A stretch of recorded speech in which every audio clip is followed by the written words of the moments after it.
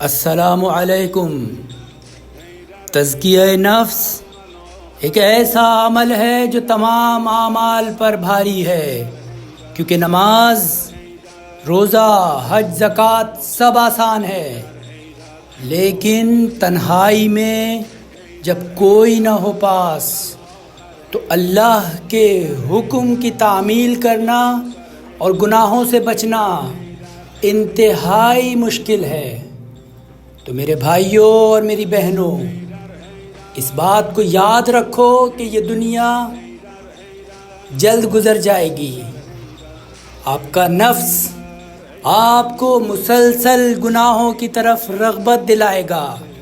کوئی ایک لمحہ بھی شیطان ضائع نہیں کرتا آپ کو بہکانے میں۔ اس کا کام ہی آپ کو بہکانا اور وسوسے ڈالنا ہے۔ جب سے آپ پیدا ہوئے ہیں اور جس وقت آپ کی موت آئے گی، شیطان سے آپ کی دشمنی جاری رہے گی۔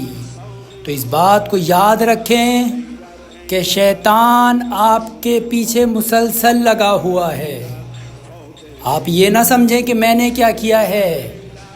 آپ انسان ہیں، آپ کا یہی قصور ہے شیطان کی نظر میں، کیونکہ آپ مخلوق خدا ہیں، آپ کو اللہ نے پیدا کیا ہے، تو آپ کی دشمنی شیطان سے ہے، اور وہ آدم کی اولاد کے پیچھے ازل سے ابد تک موجود رہے گا، اور جب تک وہ آپ کو جہنم میں نہ ڈال دے وہ آپ سے دستبردار ہونے والا نہیں ہے۔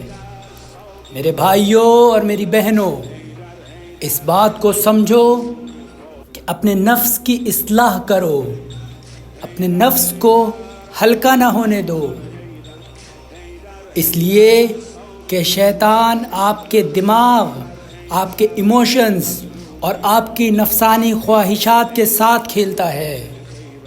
شیطان کو آپ کے آباء و اجداد کا بھی معلوم ہے اور آپ کی نسلوں کا بھی پتہ ہے۔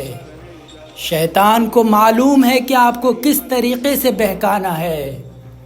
تو اپنے نفس کی کمزوریوں کو سمجھیں اور اس پر عمل کریں اور اس کی خرابیوں کو دور کریں، تاکہ وقت قضا آپ کی موت ایمان کی موت ہو اور آپ اپنی زندگی اللہ کے حکم اور اس کی اطاعت میں گزاریں۔ والسلام علیکم ورحمۃ اللہ وبرکاتہ۔